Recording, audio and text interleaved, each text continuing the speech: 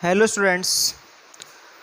11th commerce के अंदर जो हमारा टॉपिक हम डिस्कस कर रहे हैं वो है बिजनेस फाइनेंस। और इसमें अब तक आपने बहुत सारी क्लासेस ली होंगी और इसमें हमने पढ़े हुए हैं डिफरेंट टाइप के बिजनेस फाइनेंस सोर्सेज के बारे में।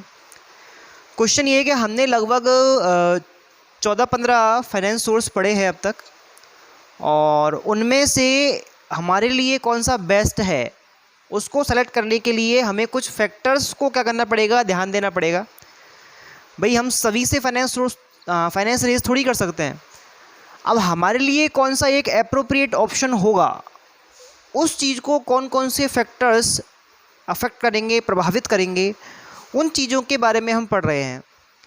जैसे कि हमने पढ़ा हुआ है कि बिजनेस फॉर्म्स होती हैं कौन सी, जैसे सोल ट्रेड होता है, पार्टनरशिप फर्म होती है, एक कोऑपरेटिव सोसाइटी होती है, एक HUF बिजनेस होता है, और एक होती है क्या, कंपनी। ऐसे हमने क्या पढ़े हैं, बिजनेस के फॉर्म्स पढ़े हैं कि इन फॉर्म्स के अंदर आपके बिजनेस हो सकते हैं। ठीक है।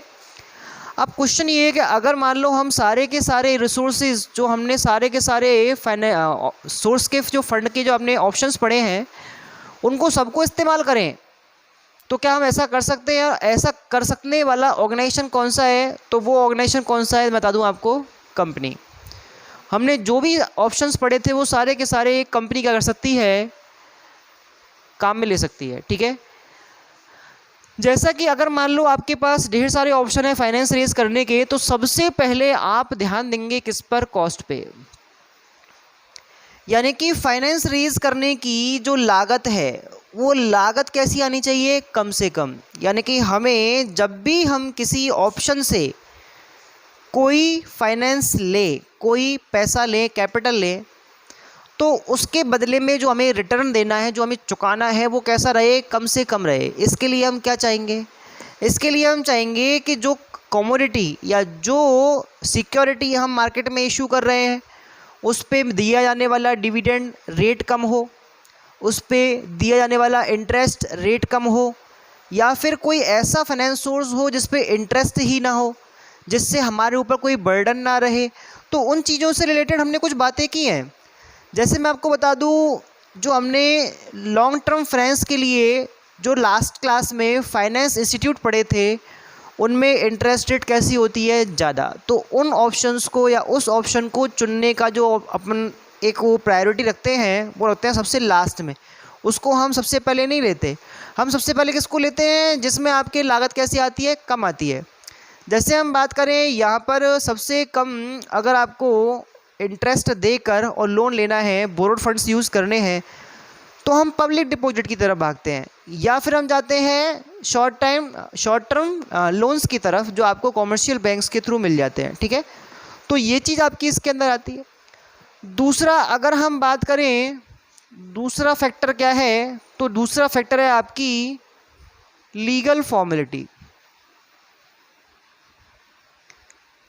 लीगल फॉर्मेलिटी को बोलते हैं कानूनी औपचारिकताएं।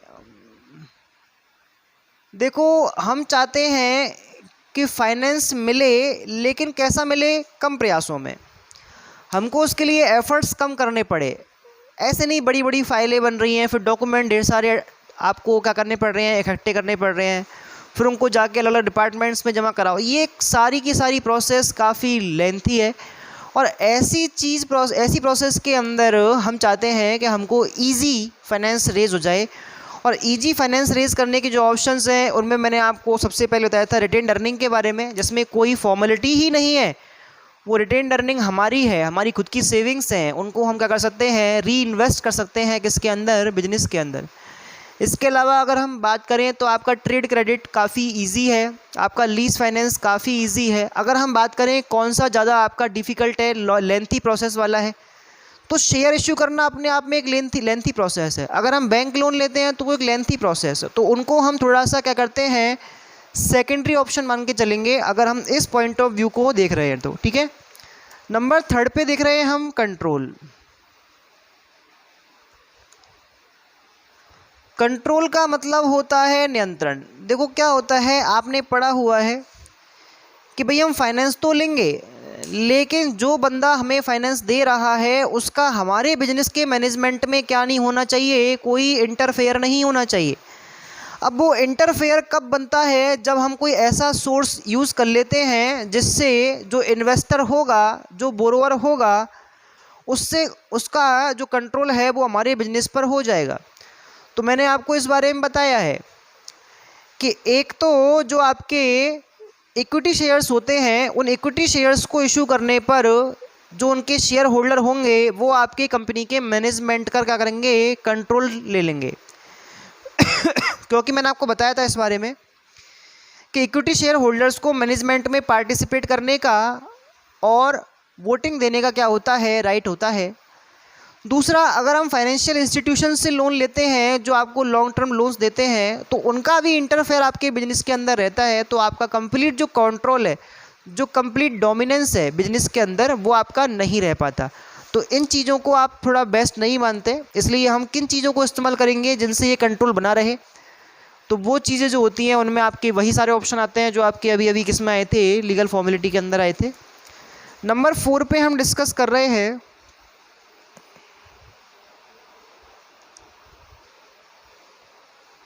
टाइम पीरियड और ऑब्जेक्टिव। देखो, टाइम पीरियड और ऑब्जेक्टिव की बात कर रहे हैं हम। मैंने आपको बिजनेस जो फाइनेंस ऑप्शंस हैं उनको टाइम पीरियड के अकॉर्डिंग कैटेगराइज करना बताया था कि कैसे उनको अपन अलग अलग कैटेगरी में बांटते हैं। तो जैसे टाइम पीरियड के हिसाब से हम बांटते हैं short term, mid term and long term में।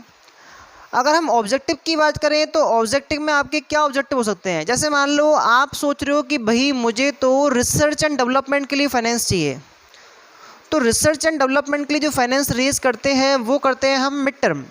तो उसके लिए आप मिड टर्म ऑप्शन सेलेक्ट करोगे। जैसे आपने डिवेंचर्स इशू कर दिए, जैसे आपने पब्लिक डिपॉजिट्स एक्सेप्ट कर ली, नहीं है। अगर मान लो आपको किसी स्पेशल मशीन को ख़रीदना है जो काफ़ी कॉस्टली है और उस मशीन को ख़रीदने के लिए आपको क्या चाहिए, फाइनेंस चाहिए, तो ये आपका लॉन्ग टर्म इन्वेस्टमेंट में आएगा। और इस कंडीशन में, इस ऑब्जेक्टिव के लिए आप लॉन्ग टर्म फाइनेंस को क्या करोगे, इंपॉर्टेंस दोगे। तो यहाँ पर आप शेयर्स इशू करोगे या फाइनेंशियल इंस्टीट्यूशन से या रिटेन्ड अर्निंग को यूज़ करोगे। तो इस तरह से आपका फाइनेंस रेज करने का क्या ऑब्जेक्टिव है, ये भी आपके उस ऑप्शन को चूज़ करने के मेथड को क्या करता है, अफेक्ट करता है, प्रभावित करता है। ठीक है, तो इस तरह से कुछ ऑप्शंस बनते हैं आपके।